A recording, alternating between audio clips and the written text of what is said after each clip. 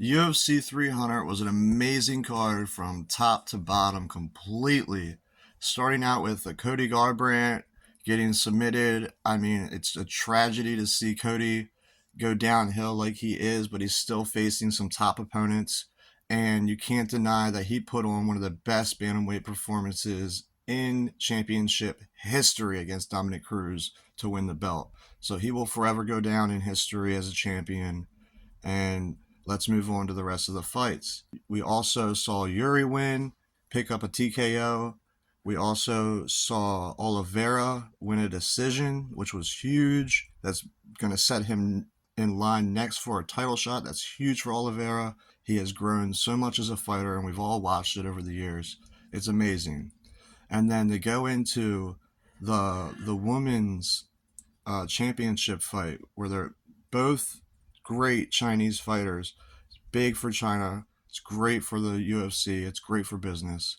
It was a great fight. And on top of that, then you go into the BMF, and man, Max Holloway, does he not deserve that title or what?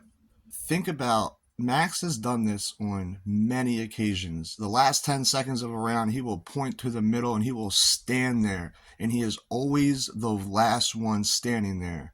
If you go back and watch his last fights that he's done that, he's always the one giving it 110%, and he's never the one backing out of the center of that octagon.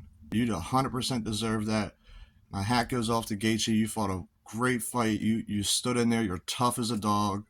And then to go into the championship, the main event with Jamal Hill and Alex Pereira, and there seemed to be possibly a groin strike that Alex waved off immediately.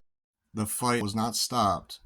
And within seconds of that, he catches Jamal Hill with a massive left hook. And Jamal received about 15 other punishing strikes before Alex was pulled off of him. Hats off to Jamal. You hopped right back up after that. You are a tough mother effer. I'm going to try and show you some footage without getting a copyright strike. I'm going to start with some photos of Holloway and Gaethje where Gaethje gets knocked out. Here's the final exchange where Max Holloway times a right hand perfectly with Gaethje and knocks him out cold. Islam Makhachev versus Dustin Poirier was announced after this. You can see where Pereira cleanly lands the left hook. This left hook was followed up with about 15 unanswered shots. After getting all my predictions right at UFC 300 and UFC 299, extremely bold prediction right here. So obviously Izzy, Adesanya, and Dricus du Plessis are going to fight.